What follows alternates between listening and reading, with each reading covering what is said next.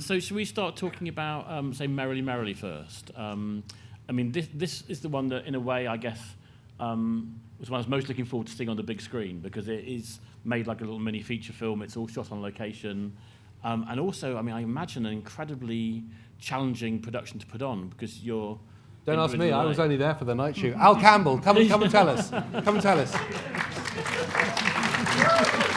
So, Al, tell us about the challenges of directing the episode in terms of all the location work and so forth. I don't know if we've got time, have we, to list all of the... Well, there was a very, very deep sand pit, which I made you film in. You did. Which was, what, 100 feet deep? That was inspired because it was a quarry that we filmed in, and there was two lakes actually. It was a quarry in sort of two parts, which was great because one of the main one where we start off the episode on the beach, and actually where we end it by the island, both of those were on the main lake, which was active. You know, we managed to close it for one day, but other than that, we had to be careful about where we were.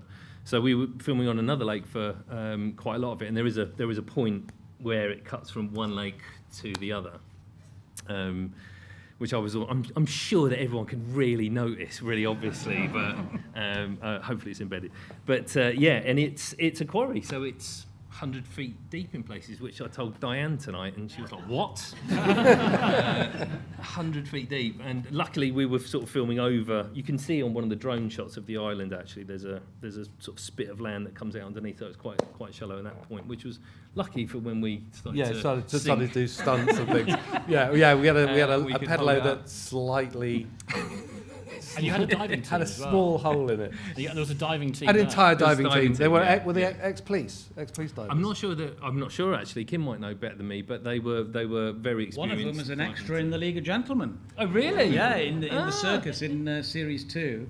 So the person whose lives were, our lives were in his hands. He was in the circus, and he with the nosebleeds in series 2 League of Gentlemen. And his team of sort of rather Dad's Army-esque diving instructors. We can't skip over the fact that we started to sink in the middle of the lake. Absolutely. And the cameraman was going, is this a bit pissed? And we were, weren't we? We were sort of one half had a hole in it. I think day 2 of the 5 days of filming, we'd shot two setups, I think, of the pedalo, and then it started to sink, and we were like, oh no, how are we going to complete this week? How are we going to complete this day? First of all, there was the thing of getting a pedalo. Well, yeah, absolutely. That was we'd tricky, written this episode, and our memory of pedalos, not that I was on them very recently in holiday, but 2 seats facing forward, pedals at the front. That's the pedalo that everyone, I think, would think is, if you think of a pedalo. Not, and then we were told that doesn't exist in Britain. We've found one in Poland. We might be able to get it. He was like, what? I'm sure that's... No, that's not the configuration. You've got a memory misremembering it. It might have been my... 2 facing away. My stipulations to Paul Rowan, our brilliant production designer, was always, no, it has to be this. It has to be this. Yeah, but it can't be they couldn't find it. Anyway, we did find it. I'm already feeling the budget going, But well, actually... I don't know whether you know this. You probably do, but I don't know. But anyway, it started to leak. We hauled it out of the water. They poured all the water out of it.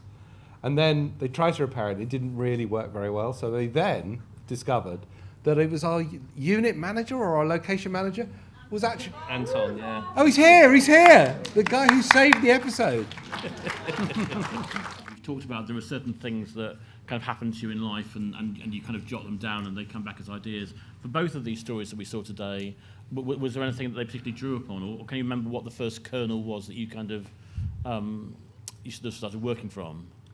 I think just doing one on a pedalo was initially the thought. We didn't know what it would be, but it would be good to do an outside one on it. And you could have a 9 on it, because clearly that's the most important thing.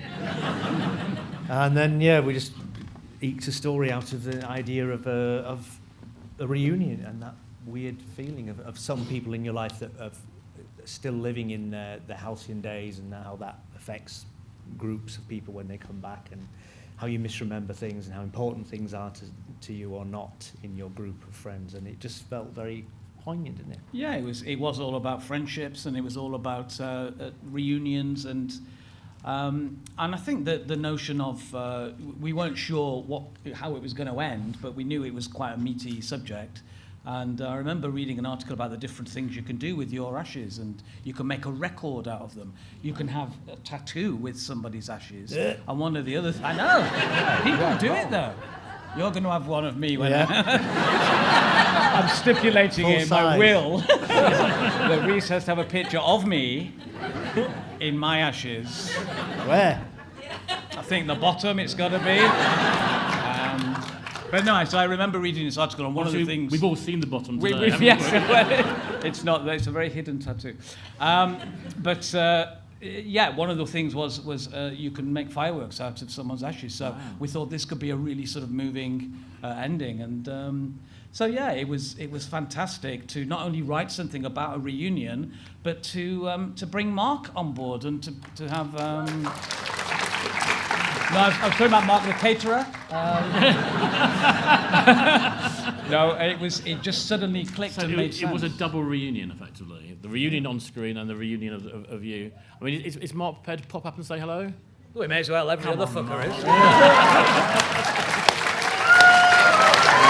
It's like Mastermind. What's your specialist subject? League of Gentlemen. 1999, 2002. So it was a reunion, as we say, not just on in terms of the story, but it ended up being a reunion for the three of you as well. Yeah. And I guess that's something that, I remember every single series you were always asked, will Mark ever be in Inside Number 9? Will Mark, and actually finally... That was me, I was asking. Finally for season 7, you've taken the plunge. How is it for you, Mark? I mean, I know you'd done League of Gentlemen not that long ago, and I know you were in touch all the time, but being back on screen with them... Well, obviously it was lovely, but it was because this episode was so particular. I mean, I know all that dog-daughter stuff is me. That's about me. I've heard. All written before. Absolutely is. Reece, It's not right.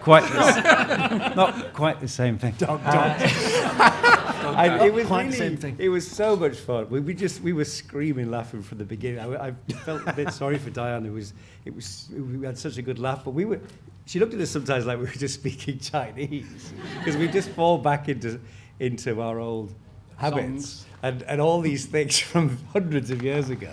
So she was probably a bit baffled by our secret language, but it was joyous, really. And it's very moving. I find it's terribly moving, actually, and it's very clever in so many ways. I think just the way it feeds in, as Reece says, about people who don't move on and you sort of come back together in different parts of your life, and I think it's a lovely episode. So I'm very, very honoured to be part of it, and particularly this one, I think. And I guess it was interesting, because obviously the League of Gentlemen characters, many of them are so kind of grotesque in so many ways, but actually just to see the three of you playing these very kind of ordinary people, actually I think was a real treat for the audience as well, because It's funny, we've just been doing Good Omens again. We were always... We're never apart now, are we? No, we're never apart. Everything together. Yes, we're always together. But we were just saying, weren't we, Steve, about how the older you get, the less the instinct to dress up.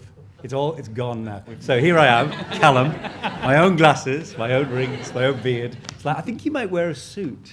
So you start to get less interested in the prosthetics the older you get, really. Did you manage to did you manage to keep it all a secret that Mark was joining you for this? No one was bothered. No, we announced it. Yeah, it was announced. It wasn't. I think we surprise. thought it was such a great episode, such a special one, and that we're going to start the series with it. So it'll be the first episode of the series, and we just thought, well, we'll announce it. Yeah. It felt like a good thing to do. And just in terms, I mean, we just touched on then with Al about the sort of conditions that you were working in and stuff. I mean, it did look like it was really freezing, and I guess that the fact that you had there was obviously a boat sort of having to be there to shoot you and so forth. How did that work in a sort of practical way? Well, it was actually boiling on some days. Right? And Mark was obsessed with getting burnt. The terrible revelation on the big screen is I'm even more bald than I realised. It's horrific. But it was really Get hot. this on. He had it. Very hot. The weird thing was we went out on the boat and it was like, you're gone now. You're probably not going to come back. So there was no returning to do makeup. So we all had a little bag each to do our own makeup. Some of us apparently were wearing adult nappies. Yes. Come on, Diane. Diane! Come on down. Come on.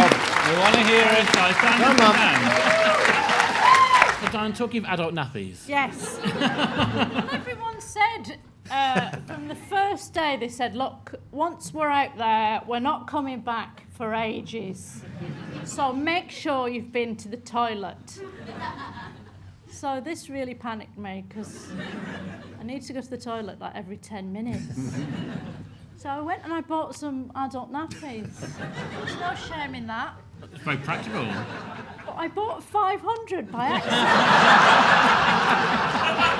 I was expecting, I thought it was like a pack of 12 and 500 turned up. We're in the garage. You never know. You're in your garage. I know, yeah. For later. Yeah. Come in handy. And can I just ask in terms of, we've just talked about the fact, obviously, these three guys know each other so well and have known each other forever. How is it for you being the sort of, the interloper on the scene? Oh my God. It's like a dream come true, because obviously I've been a fan of all of them for ages. Since you were a child, probably. A very young child. All right, Justin. Honestly, I felt like I'd won a competition. I'm so excited to be in that company. But you remember when we had the read-through, it was we just laughed reading it, didn't we? Yeah, just laughed. The thought of doing it was going to be such fun. Yeah, and great. And then about a week after we finished, I literally met Judge Rinder at a He sent a picture. I sent a picture and just said, our paths have crossed. meant to be.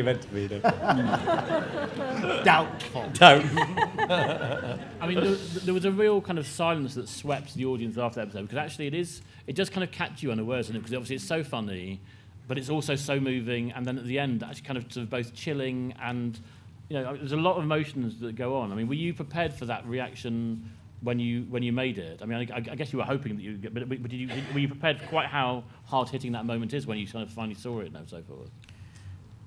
Yeah, I mean, I think we wanted it to be all those things, and you hope it's funny, but then it always feels a bit lacking if it's just funny. I'm not trying to take away from being funny. It's the hardest bit of it. But if it's got a depth to it, or you feel like you've been moved, that always feels like we've done a better job of telling a story that's engaged you a little bit. So that felt like a nice ending. It was Al's idea, and it was brilliant just to change the ending. We wrote that you see Bonnie, and an actress was in, and we filmed her saying Lawrence, and it cut back to me seeing her. But he said, I think it'd be more powerful to not see her and just hear her, and see me see her, and then end just as I'm about to say something.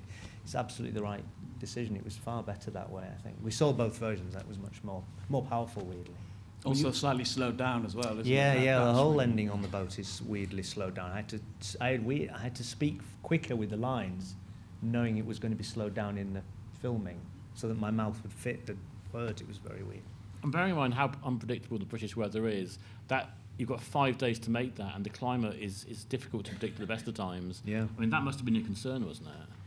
It was a concern, and didn't help when it started to sink. And the other weird thing that was that, they would set, because there was one boat, power boat with a camera crew on it, well, 4 or 5 people, another with sound on, and us in the middle, and they'd get us all lined up, so the camera and us and everyone was lined up, and then they'd go away, and then the ripples would just make us turn like this in the water. So immediately you're ready to go, you're turning away in the wrong position. So they gave us a little oar that we had to get ourselves in position, and we had to try and hide the oar in the pedalo. So there was such inconsistency with the health and safety, wasn't there? Yeah. Sometimes it does. We were all fine. It was pristinely done. Yeah, we're alive. The Dad's Army in the water. I guess, I was going to talk about what the difference between an executive producer and a producer is, but I guess Adam's the one who gets the lawsuit at the end of it, isn't he? Yes, I suppose. He's the one without a seat now. He is, but not for very much longer, because I think we're going to move on to the next episode. So thank you so much, Mark Gatiss and Diane Morgan. Goodbye. Mr. King, I think, is the episode that I guess...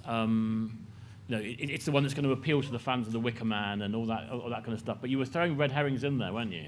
Well, yeah. I mean, it'd be great if people watch it and don't think just because it's rural, they've done a Wicker Man thing. So the whole raison d'etre of the child abuse is the massive red herring that we hope you think it's about, and yet that absolutely ends up being part of the need to know whether he's circumcised or not for the Wicker Man aspect of the story. So hopefully we will get away with that, people watching it. But it was a... Have I said something strange? But it was sort of born in me. It wasn't from Let's Just Do Wicker Man. It was originally, I think, Steve, was it that we said, I wanted to do something where an adult is blackmailed by a child. That's been in one of the books for a long time, hasn't it? Yeah. Where that's just a funny, strange situation where there's some, for some reason, a child has got something over the adult, and they're having to deal with that situation. It felt right that it would be a school situation, and class 9 is just. It's like the bus, isn't it? Oh, like class 9 must have done a bus. And so we thought, well, it is a good one to do a school. I mean, a nightmare to have the children. The children were brilliant, but the hoops of doing what we were trying to do in front of them. I mean, you can't. A lot of it, they're not there. I mean, it's very cleverly edited, isn't it? Yeah. And they had a whole other version of the script that was just all benign and nice. So you expected? I mean, had the parents seen the script? Oh yeah, The parents were sent the whole script. Yeah, that's and lucky. And the children weren't allowed to see the full script. Yeah, but there was they were asking me, what's this carrot thing? And I was going, no, it's just terrified of saying the wrong thing. Yeah, it was awful. But none of them were there when I was going, poppy flappy penis. They weren't there then, obviously. But I'm sure they were only outside listening. So the editorial policy department at the BBC and the child protection people at the BBC and I and Kim sat down for a very long time to work out what we could and couldn't do with the children. And it turned out you can't do anything with children. It's just not allowed. It's not allowed. It's not allowed. It was a long process of getting the script acceptable in its own way, and then a version of the script that was allowed for them to see. There was. I mean, it's not a children's program, so the children aren't going to see it. Poor Ellen, who did such a remarkable performance. They'll be watched straight. I'm sure, completely watched. They wanted to come tonight. I said yes, they couldn't. I couldn't come. It's a very fine balance, isn't it? When you're dealing with that kind of that abuse subject matter, or you're kind of even just hinting at it. Yeah. It's a very fine line, then, isn't it? Because to sort of have it in a sort of comedy context. And obviously, you had the Michael Jackson moment, and a fantastic line which was around the hairy meat whistle. I don't know whether that was is that especially constructed for the show, that one, or was that one that? Yeah, I think we made it up. Yeah. But it was all about trying to, misdirect you and take your eye away from what was really happening, which is all about, in a way, it was. I remember reading this article and we cut it out, and it was about how children, in the 15th century were sacrificed, but now children are the ones who are demanding sacrifices. Yeah. And so that seemed a really great idea, and. So we had this notion of a girl having something over a teacher. We had the notion of this sacrifice and bringing the climate change stuff. And then I think, we had to do a Wicker Man eventually and inside Number 9.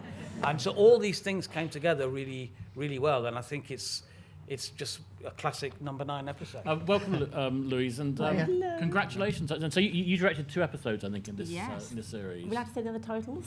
No. The other one is. It was almost exclusive then. Which is the season finale. Which is one of the reasons why keeping it secret. Yes, yeah. I love them both. Yes. And I mean, we just touched down on working with children. I mean, obviously, when you work with children, they have to have like sort of chaperones, and if it's during sort of school time, they have to have lessons, and they have to only work a certain number of hours and stuff. I mean, did that cause extra kind of pressure on everything? I mean, well, basically had 5 days, and obviously lots of the kids are there. There was COVID, there were different ages. Obviously, as you said, floppy penises can't be in front of children. Sorry. And so, there were lots of That's things. Something we don't want to take out of context. It was a bit of a logistical nightmare, but they were brilliant, and they hadn't done much before. All of them completely rose the challenge, and I haven't worked with kids before. I haven't got kids, and I have to say, at the end of it, I was really proud of them. They really were beautiful and brilliant. So, before we even arrived, you'd worked out the assembly, hadn't you? Yeah, we rehearsed the assembly, and we sort of did it as an assembly. So amazingly, because it's quite a long piece, and all the music and everything else, obviously, Christian did brilliantly. Music is fantastic in both really episodes. Brilliant, yeah. But they knew all their cues, and I mean, quite delightfully. Obviously, we spent it with Kim. We know lots of time casting, but they all had these fantastic different characters, and Billy and Charlie, and they're all very funny. And while we were filming, they kept asking questions like, "Are we breaking the fourth wall?" And so they were like, they were really smart kids, and yeah, did a brilliant job. And I hate to be, really kind of base when you've created a very cultural piece of high art here. But first of all, I mean, I had assumed it was a stunt bottom. Why would you think that? Because I didn't recognise it from last time. I don't know where that came from. I'm sorry about that. Last time? Move on, go. Yeah, it was my bottom again. That's always coming out, but it was the right thing to do, I think. I'm actually blushing now. And the Polaroids. I mean, when you've got your properties guy on set, Polaroids. and you're saying to them, "We need you to go and get a desk and some chairs. Yeah. Oh, and some Polaroids of some penises." Yeah. Oh yeah, I mean, whose were they anyway? Don't look at me. We don't know. Do we? Honestly, the If anybody designer recognises Paul, those people, Paul to is stand. here, but I'm not going to embarrass him by putting the question. Right, very It's good. one of those secret things, a bit of secret knowledge. They know how to get those pictures. It's all the art departments. Yeah, it's all. Yeah. But they wear sort of cast and crew. No, I don't know. I'm not. No, that's pure supposition on your part, and you've already been making suppositions about stunt bottoms I as have, well. that's true. So let's. I thought we could ask anybody in the audience to stand up if they recognise. Like a wanted poster, And that is such a joy that you get to work in the morning and it's like lots of logistical things. It's like, is this carrot, is it the right dimension? Yeah. Look at these cock pictures. And it's like, it's like normal, you just rifling through, this one's good, I quite like that one. And I was like, They had gold stars on Yes. them for the ones that were uncircumcised. Yeah, like snowflakes. No two the same. I mean, When we were doing the scene when I was taking Polaroids of Reece, I kept every single one of those because we did several times. I ended up with like 30 Polaroids, and I thought I could either do a coffee table book, or I can give them to Reece to do with as he He wishes. gave me them in an envelope at the end, and I disposed of them. so that would have been a great charity auction prize, wouldn't it? Red Nose Day next week. Yeah. In terms of the sort of, the casting, I mean, obviously the very highest quality. Again, you had Annette Badland in this episode, and obviously we talked about the fact you had Diane and Mark. But coming up in the other episodes, I don't think we're sort of spoiling anything by saying you've got an amazing lineup of cast still to come, haven't you? I'm going to leave you to this bit. I'm going to go back Oh, to sorry. other Thank you very much. episodes. I mean, you don't necessarily without naming names, but are there people who you've really wanted to work with? And I know people come and talk to you about wanting to work, and it doesn't always, the timings don't work out because they've got other jobs. But are there still people in your sort of back pocket who you're hoping at some point could bring out? Yes, because there are people who genuinely want to be in the series, but they are also very busy and their dates don't tie up. So we've got a little hit list of people that we can always go to, but the chances are they won't have a free week. And do you still have also sort of in your back pocket the fact that you could still do a sort of Inside Number 9 sort of stage play or something along those lines? I mean, you've talked about it and flirted with the idea on stage here. Is that still something you think could happen in the future? Yeah, we've flirted with it. We're moving into the heavy petting stage. So we very much hope that it might happen, but we can't say anything as of yet. But yeah, it's definitely something which, I mean, who thought we'd get 7 series out of it? It's amazing to still be making it. And so, yeah, I think a stage play, because they are in many ways little theatre pieces. A lot of them started off in our minds as plays. So there's no reason why we couldn't transfer them.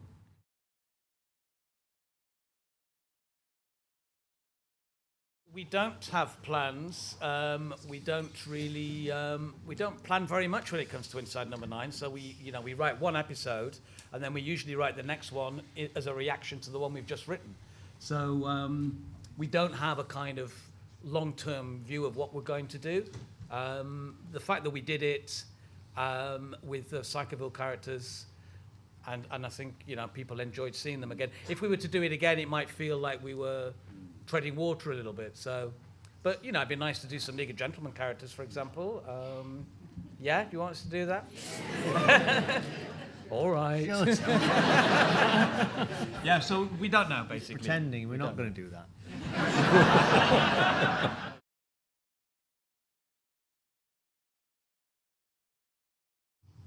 We do a lot of reading around subjects. We don't get someone else to do it for us. We do it ourselves, and it's been like a little mini college assignment, hasn't it? We know all sorts of things about different subjects now.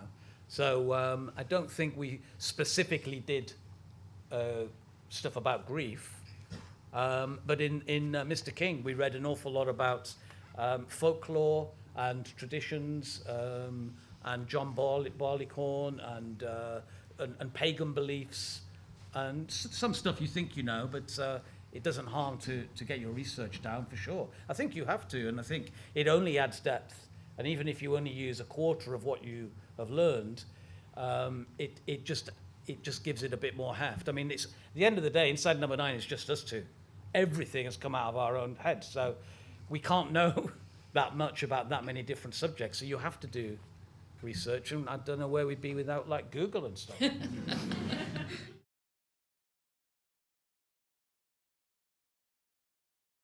Is it good? ask my If it's partner. really good, then you must stop.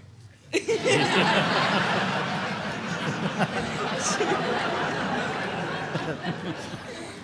my advice. What's the advice? What's on earth can we say? I mean, it's got a built-in longevity, I guess, because each week it's a new thing. So yes, it's great that a fellow fan is trying to fly the flag of it, because for a long time it wasn't in favour. It was the thing of week on, week out, having the same characters return, and that's why you will watch them again. But I think, you know, the tide is, if they're good, it doesn't matter what it is. Yeah, I mean, I would say the good thing about writing an anthology series is that you're not labouring away trying to do season outlines for endlessly. You're actually turning your hand to something new, and the practice will just make you better at it. Yeah. So, you know, so to that extent, it's really good. Whether or not that will help you get it on air or not, I couldn't tell you.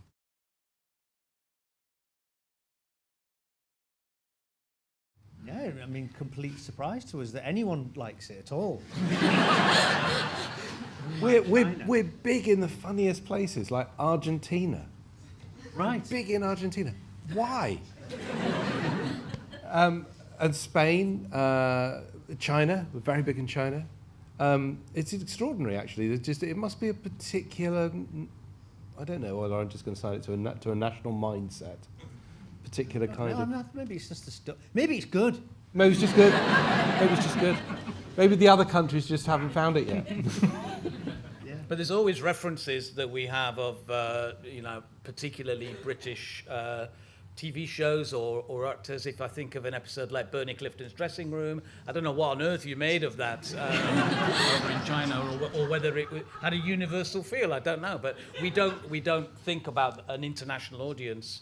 We write for a very specific audience, and then if people beyond that enjoy it, then great. Before we kind of wrap up, I was just thinking then when we were just talking about sort of like some of the past episodes, when we were chatting about season 6, we'd obviously just seen Wuthering Heist and Simon Says, and one of the episodes that really, really stood out for me was Hurry Up and Wait, the Caravan Adrian Dunbar episode. And I'm just intrigued just to know a little bit about that episode. I think Adrian was one of the people who had been kind of lobbying for a part in the show, if I remember right, or certainly was very keen to be part of the show at some point, wasn't he? Yeah. So was that written for him, and then he was kind of adapted, or how did that one work out? It was just, we didn't know who we were going to get, so it was written sort of generically, and then when we found it was Adrian, brilliantly, because he'd just been on with Line of Duty Fever, we changed it to that, and it always was a cop police drama, and it just fitted that we could put all this stuff in about him getting slightly prickly about. It's not Hastings. I mean, it all felt very plausible in terms of, I don't know whether He's doing one, isn't he? I don't think we got in the part. Yeah. It was announced the night after ours aired. Yeah. But it's in terms And of it's that, exactly like Hastings. that experience of being an extra and somebody coming in and kind of whittling away your lines and realising you've got better lines than they have. I mean that probably does happen, I would imagine. We do it to people. Yes, no. But the initial scenario we got from doing League of Gentlemen, as Mark will remember, we were ushered into somebody's house to wait because they were setting up, and it was 7:30 in the morning, and we were sort of going through our lines, and then we noticed in the corner of the room, in an armchair, was a lady in a fluffy dressing gown with a glass of champagne, going, "It's my birthday today."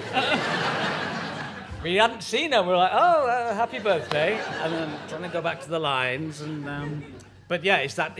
I mean, Inside Number 9 is nothing if it's not a group of people trapped in a situation, usually a room or a house, and the embarrassment of not knowing what to do and what to say fuels a lot of our episodes. So we just, ever since that moment, we just thought that would make a good episode. At some point we have to do that.